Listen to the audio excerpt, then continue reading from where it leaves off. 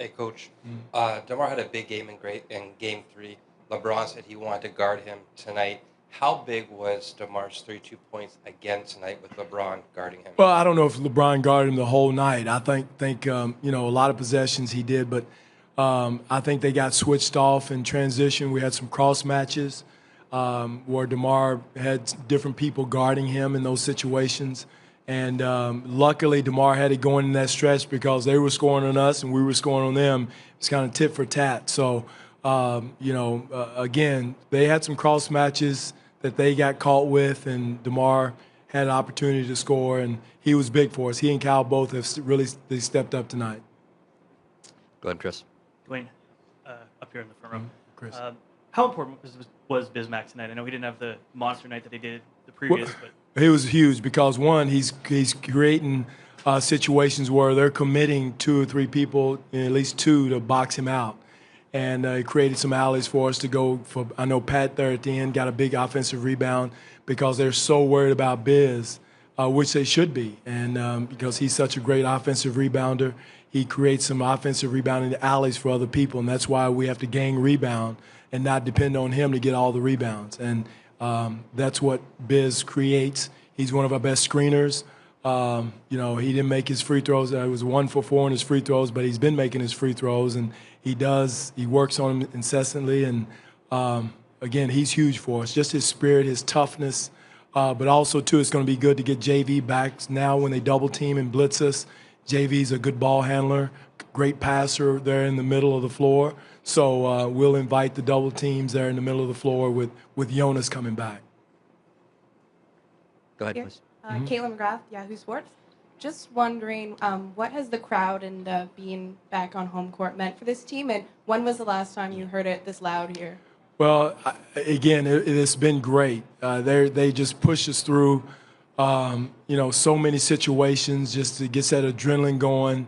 And it has to be. I know how loud Cleveland is and how loud other arenas are, and ours is a couple of decibels higher. I always thought Portland was one of the loudest places in the league, and your old Utah when they had the old motorcycle in there, and Steve remembers that and Doug remembers that.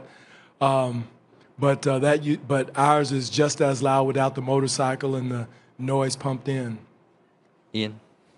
Dwane, Ian Harrison, Associated Press. Now, as you have to leave the comforts at home behind, go to Cleveland, where regular season and the first 2 games of this series, you've had 3 double-digit losses. What has to change? What has to be different for this success to continue in the next game? Well, we got to meet the same intensity level, the same focus that we've had. We can't have as many droughts. We got to play through some of the droughts that we had, and even though there were double-digit losses, I thought there were portions of the game where the game changed, and we let it slip away, small, like 3 or 4 minute segments.